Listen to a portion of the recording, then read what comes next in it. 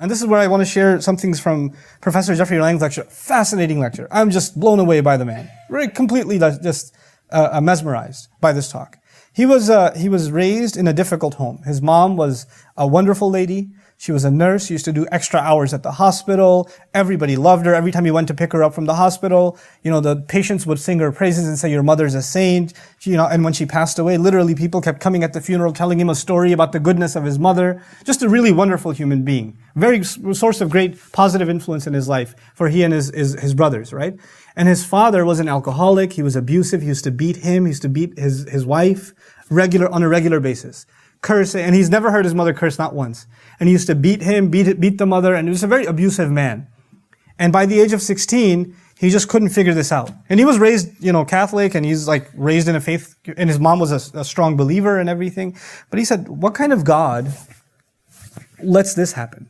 What has she ever done to deserve this? What have I ever done to deserve this kind of beating all the time? And he kept praying to God to make his situation better. But did his situation get better? No. And you keep praying as a child and your prayers don't get answered, what's going to happen? Is there even anybody listening? There can't be a God. I mean, if there was, why would this be happening? So he lost his entire faith in humanity because he said, if there really was a God, why even make us? Why not just make us all good? Why let all this evil happen? Why people and then he said, his teens were spent in the 60s and the 70s, and so there are race riots, there are gang fights, some he was even a part of, and there's the impeachment of a president, the assassination of a president in front of this. The world is in chaos. And Vietnam is going on, and napalm is being thrown, and children are burning alive in Vietnam. What have they ever done to burn alive? And he's seeing all of this evil, and it only reinforces in him, the world is far too corrupt, too evil, too obsessed with the shedding of blood and doing wrong to one another for this to be the product of a merciful, loving God. That just doesn't make any sense to me. He couldn't reconcile those two things. Many years later, he's 27, 28 years old, somebody gives him a copy of Quran as a present. Never reads it. One day he's sitting at home and he's bored. He ran out of things to read, so he opens up the Quran, starts reading. From Fatiha. He's reading, he gets to Baqarah. And he's been to Catholic school. He's been to Sunday school. He understands the story the way I told you before. And he reads it and he goes, the author, because he doesn't know it's God, right? So he goes, the author must have got it wrong. What's he saying? I think the author missed the point. The point was we're sent here as a curse. But he starts off with Khalifa as an emissary, as someone to represent God's will, to do good on the earth. What? This is not a happy story. Why is this a happy story here? I don't get it. And he thought the author was confused. So he read the story in translation over again, and then over again. He says 20, 30 times he kept reading the same story, and he kept finding things that kept messing with him. And he says, God says he's going to put this creature on the earth, and the angel said what? What the Quran says. What does the angel say?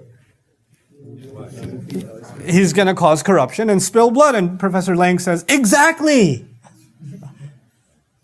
That's what I would have said. Why? Because that's what surrounded him, right? So he's looking at this and saying, wow, the angels are onto something in this book. The author is retelling the story. I guess he's got the same issues I do. Because the angels are asking, why did you even do this? Why would you do this? And, and they said, نَحْنُ نُسَبِّحُ بِحَمْدِكَ وَنُقَدِّسُ لَكَ. We declare your perfection. Look, why not just make us all angels? Why do you even have to make an earth? Heaven's already there. Just make more angels. If you really want to do something, this is working fine. Why do you have to make this messy creature who's gonna... And then God comes around and says, I know what you don't. إِنِّي أَعْلَمُ مَا لَا تَعْلَمُونَ. I know what you don't know. He's like, what does God know that? I don't know. And he says, as I used to read this over and over, I used to actually start having conversations with the author, still being an atheist. What do you know that I don't know? Please tell me, because all my life I haven't known. I'd like to know. And then the Quran's answer, he taught Adam the names of all things. And then he presented them before the angels. I'm summarizing. We're going to go into depth later on. But I'm giving you the overview now, right? So he taught him the names of all things. And he presented Adam before the angels. And said, "Anbi'uni bi asma'iha." Tell me the names of these things and these people. They said, we can't. We have no knowledge of this.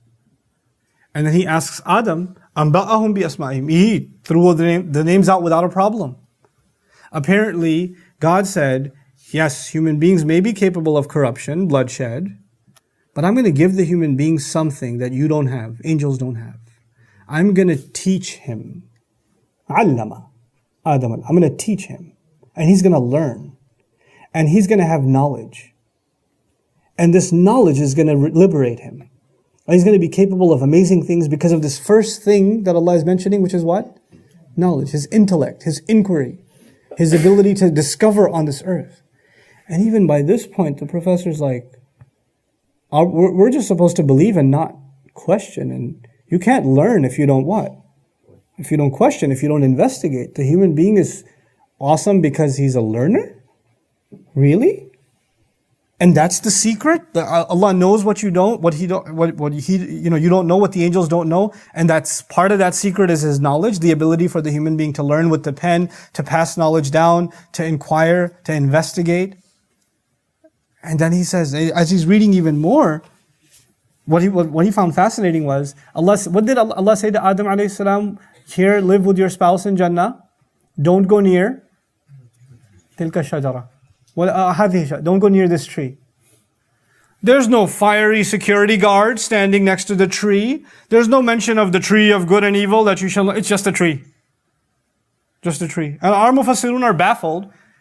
ما كانت نوعية هذه الشجرة. What kind of tree was it? I wonder if it was pineapple or, if Allah wanted you to know, what would He have done? He would have told you. All He wanted to tell you is it's a tree. Good enough. Doesn't seem like a huge deal. Just look, it's a prohibition. It's a test, that's all. I just don't want you to go near this tree. That's it. Don't overthink it. And if you do, you'll be among those who do wrong. فَتَكُونَ مِنَ الظَّالِمِينَ. And there's not, you're going to be the ones who do wrong if you do so. It's not, I'm going to burn you, you're going to suffer, you're going to be punished, I shall curse you. And there's nothing. It's like, this God is not angry. Why isn't He mad? He's reading this and he's like, why isn't His God, this God is supposed to put the fear of hell into to Adam to not go near this tree. But He's simply like, hey, there's a tree. Can you stay away from that one? He seems pretty chill about the whole thing. And then when the angel, when the devil finally does whisper, he doesn't whisper to him, he whispers to both. And what does he say? أَزَلَّهُمَا. He caused them to slip. So the professor says, I couldn't believe it. The biggest mistake made in human history, for which we are cursed on this planet.